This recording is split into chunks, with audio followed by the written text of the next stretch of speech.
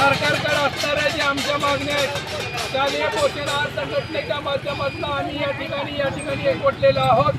गेल्या कित्येक वर्षापासून अनेक आंदोलनं आम्ही केले, लोकशाही पद्धतीने केलेली आहेत, परंतु एकाही आंदोलनाची कदर या सरकारनं केलेली नाही।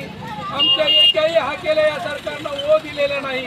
मध्यंतरी तात्काळ 1000 रुपयाची वाढ या सरकारनं मान्य केली होती, परंतु ती सुद्धा या सरकारनं या कामगारापर्यंत 1 रुपया येऊ दिलेला नाही।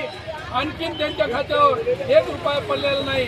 सरकारकडे माझी विनंती आहे की आपण फरकानुसार त्यावेळेसपासून तर आतापर्यंत 1000 रुपयाची जी वाढ झालेली आहे ते या कामगाराच्या खात्यावर तात्काळ पडली पाहिजे, ही एक मागणी आहे। आणि दुसरी मागणी प्रमुख अशी आहे की आम्हाला मानधन नको आहे, आम्हाला वेतन हवं आहे, कारण आम्ही जे काम करतोय ते सरकारचं काम करतोय, सरकारच्या आदेशानुसार काम करतोय, सरकारने प्रेरित केल्याप्रमाणे काम करतोय आणि शासन दरबारी काम करतोय। म्हणून या सरकारने आमचा विचार केला पाहिजे।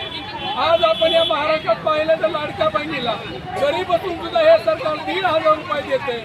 या काम करणाऱ्या माता भगिनींना या ठिकाणी 2500 रुपये मानधन महिन्याला दिलं जात आहे।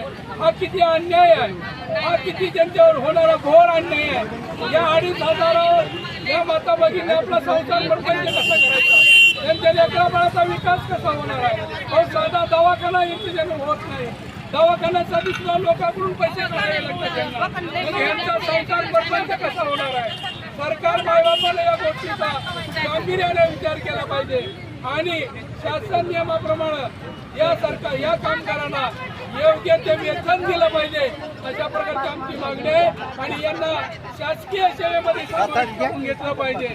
आणि जर सरकारनं आमची ही जर ऐकली नाही, आमची जर मागणी मान्य केली नाही, तर आमचा असाही अर्धा जीव गेलेला आहे आणि पुन्हा आमचा अर्धा जीव आम्ही सार्वजनिक अन्नत्यागाचं आंदोलन करून त्या ठिकाणी आमचा राहिलेला जीव आम्ही सरकारला सुपूर्द करणार आहोत येणाऱ्या भविष्यामध्ये।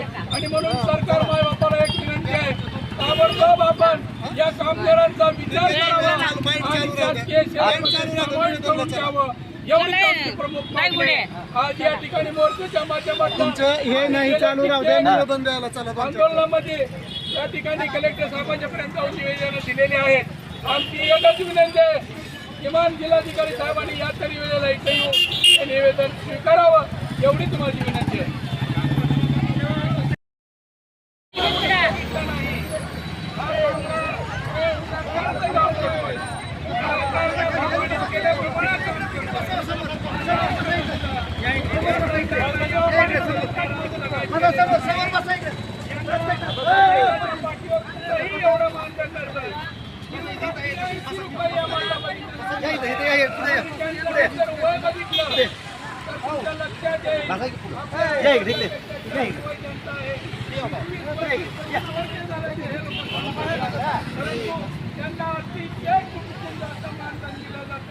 सरकार यांची का परीक्षा बघते, सरकार यांचा का फोट घेते।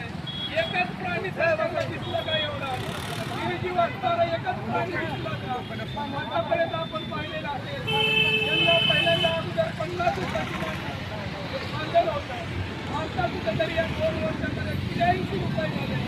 मला सांगा, भारत देशामध्ये एवढ्या कमी दर्जाचा कुठला कामगार या देशामध्ये नोकरीच्या पाठीवर नाही, एवढा अन्याय या सरकारनं आमच्यावर आतापर्यंत केलेला आहे। इतर कामगारांना आपण थोड्या अंशी न्याय दिलेला आहे, परंतु आमच्यावर मात्र कायम अन्याय केलेला आहे। तात्काळ 1000 रुपयाची वाढ केलेली असताना सुद्धा सरकारने 1 रुपया दिला नाही, 1 रुपया त्यांच्या खात्यावर आणखी आलेला नाही। आमची मागणी आहे, कमीत कमी तुम्ही दिलेला खर्च, तुम्ही घेतलेला ठराव तो तरी कमी करा। खर्चानुसार आम्हाला 1000 रुपयाची वाढ आमच्या हातावर आमची अशी काय मागणी आहे। शासनाला आम्ही काम करतोय, शिपायाचं पूर्णपणे काम करतोय, शाळेमध्ये झाडलोट करतोय, टॉयलेट साफ करतोय, खोल्या साफ करतोय, झाडा झुडपांना पाणी लावतोय, त्या ठिकाणी साफसफाई करतोय, एवढी चांगली कामं करतोय। आमच्या माता भगिनींना या ठिकाणी 83 रुपये एवढं मानधन दिलं जाते। आज किती अत्याचार आणि किती अन्याय आहे। महाराष्ट्र आपल्या राज्य आपल्या देशामध्ये सर्वात अतिशय सक्षमाचं राष्ट्र आहे आणि छोट्या छोट्या बाहेरच्या राज्यानं याच कामगारांना 18,000 रुपये मानधन दिलेलं आहे आणि आपल्या सरकारनं मात्र या लोकांना महिन्याला 2,500 रुपये सरकार देते आणि म्हणून आजच्या या प्रगतीच्या युगामध्ये विकासाच्या दिशेने चालणाऱ्या मोदीजींच्या कार्यकाळामध्ये एवढा अन्याय या माता भगिनीवर या ठिकाणी गेल्या किती वर्षापासून होतोय. तुम्हाला मी अनेक वेळा सांगतोय समजा त्यांची परिस्थिती बघितली, यांचं वय बघितलं तर खऱ्या अर्थाने यांचा निमा जीव गेलेला आहे. निमा जीव राहिलाय तो फक्त अर्धा जीव. आता तो सुद्धा अर्धा जीव सरकार यांचा असंच घेणार आहे का? अशाच पद्धतीने या प्राण्याला मारून टाकणार आहे का? यांचा कधी न्याय करणार आहे का? हे सरकारला का लाज वाटत नाही? हे माणसं आपल्या जाळी काम करतात, आपली माणसं आहे, आपल्या आधीच्या प्रमाणे काम करतात.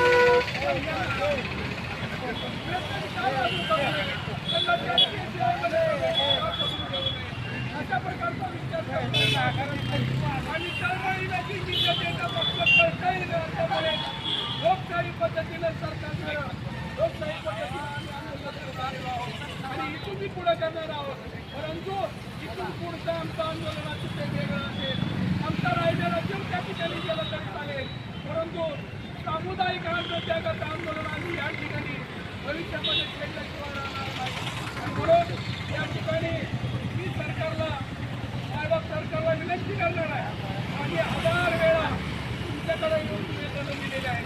अनेक वर्ष आम्ही या ठिकाणी काढलेले आहे आणि आज आमची विनंती आहे साहेबाब सरकारला, जिल्हाधिकारी साहेबांना या ठिकाणी येऊन आमचं कमी निवेदन करून करा आणि सरकारसाठी अटकळ मागवं.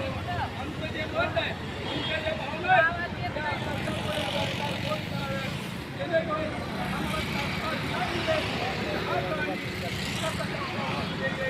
आज या प्राण्याचा संपूर्ण विकास तुटलेला आहे. संपूर्ण विकास तुटलेला आहे.